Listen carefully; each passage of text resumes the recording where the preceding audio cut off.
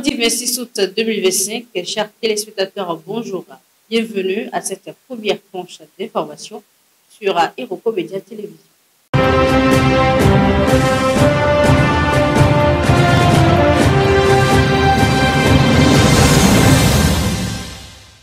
On parle une fois encore sécurité en République démocratique du Congo. Les confessions religieuses préparent une feuille de route pour un dialogue national inclusif. Les églises catholiques et protestantes, aux côtés d'autres confessions religieuses, ont présenté un plan commun visant à instaurer la paix et trouver une issue durable à la crise politique et sécuritaire dans l'est de la RDC. Les leaders religieux congolais réunis au sein de plusieurs plateformes interconfessionnelles ont annoncé hier 25 août une feuille de route commune pour l'organisation du dialogue national inclusif.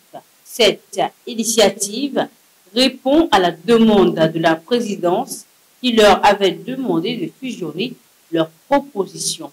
Le processus débutera par un mois de la paix avec des cultes œcuméniques afin d'instaurer confiance et apaisement. Il sera suivi de dialogues techniques entre experts avant d'aboutir à des discussions politiques réunissant majorité, opposition, armée et non armée, société civile, autorités traditionnelles, diaspora et personnalités influentes. Le pasteur Eric Sanga, porte-parole de l'Église du Christ au Congo, ECC, appelle à des concessions, au pardon et une cohésion nationale pour répondre à l'urgence humanitaire. Près de 7 millions de personnes sont déplacées. Les religieux demandent également l'accompagnement sincère de la communauté internationale et attendent la convocation officielle du président Félix Tshisekedi pour lancer le processus. En Europe, la question de l'immigration est une nouvelle fois au cœur des débats.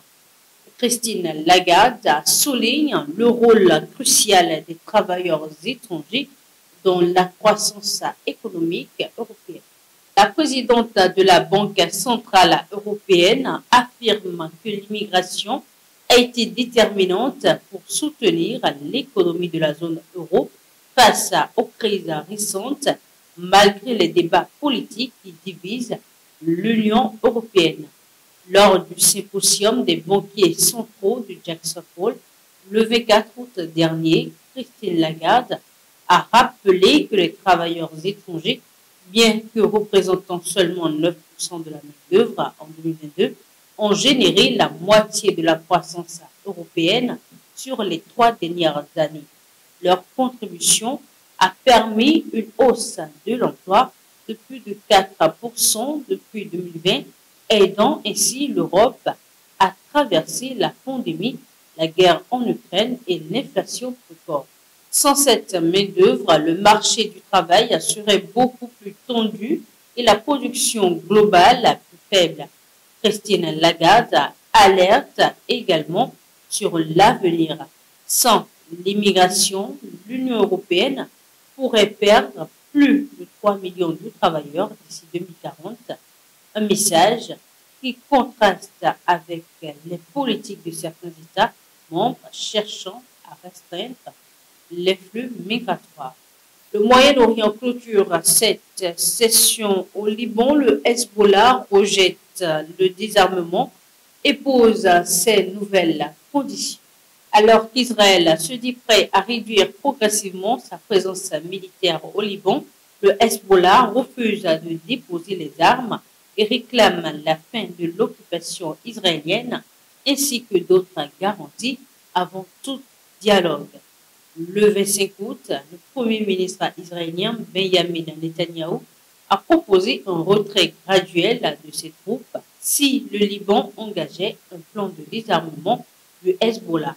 Mais le chef adjoint du mouvement chiite, Naïm Kassim, a réaffirmé son refus, exigeant d'abord la fin de l'occupation israélienne, la libération des prisonniers libanais et la reconstruction des villages détruits.